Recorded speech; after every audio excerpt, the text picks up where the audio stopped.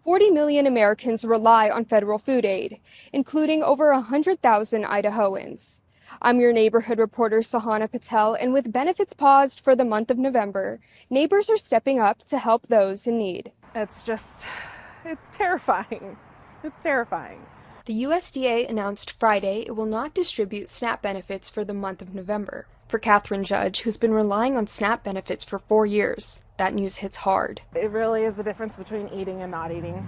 Knowing that I have $34 now from October to hold me over for the next month, if I didn't have a roommate that could help me, I would be going hungry.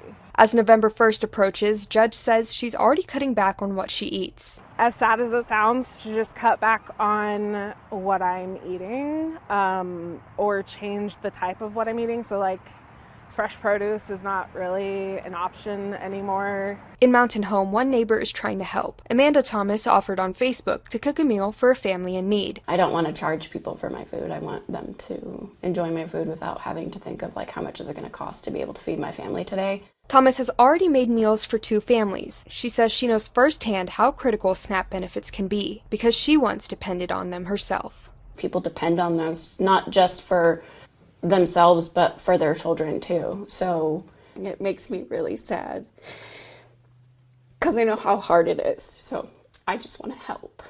42 million Americans rely on food stamps, nearly 39% being children. And the thought of children going hungry because government leaders can't get their together and get back into work, or at least pass through some funding so people can be fed. So kids can be fed. A USDA memo reveals the Trump administration is rejecting the idea of using $5 billion in contingency funds to keep food aid flowing during the government shutdown. I don't know how much more selfish you can get than I want a big fancy ballroom while the people that I'm supposed to be taking care of are literally going hungry. If you are in need of food assistance, you can find resources linked on this story on idahonews6.com. I'm your neighborhood reporter, Sahana Patel, for Idaho News 6.